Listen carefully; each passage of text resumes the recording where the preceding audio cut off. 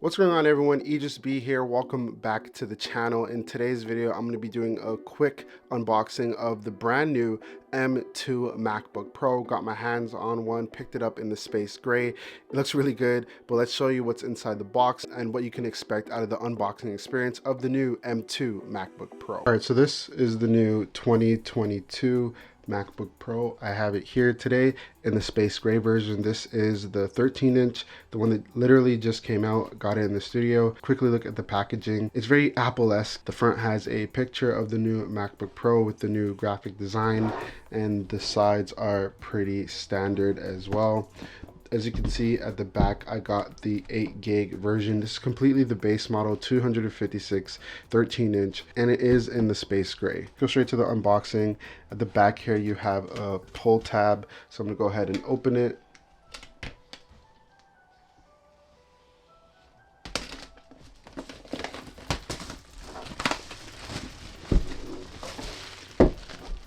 Gonna go ahead and take this off. And then you have the MacBook under this film here. Go ahead and take it out. Kind of light, especially compared to my 14-inch MacBook. I'm gonna put it to the side quickly and show you what's in the rest of the box.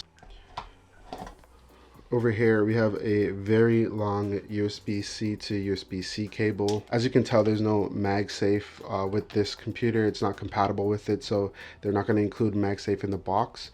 But we have this USB-C to USB-C cable, which is handy, I guess, but I'm going to talk about that in the full review. And then you have the classic design by Apple in California, including the manual that we have here. And then we also have some stickers. So this one is space gray stickers, so that's pretty good. We got some space gray stickers, and that's pretty much it for what's in this little manual packaging. And then we have this power brick here that you can take apart and use with the extension cord. And in terms of what's in the box, pretty much it. Let's go ahead and unwrap the MacBook though.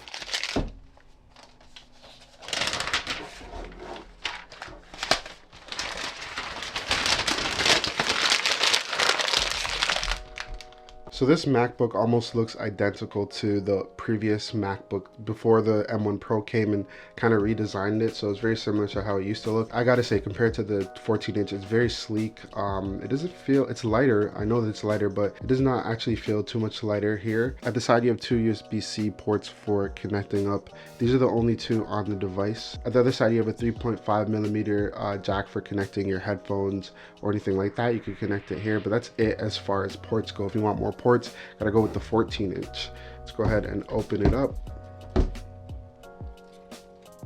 And it has another film here. Let's take that off.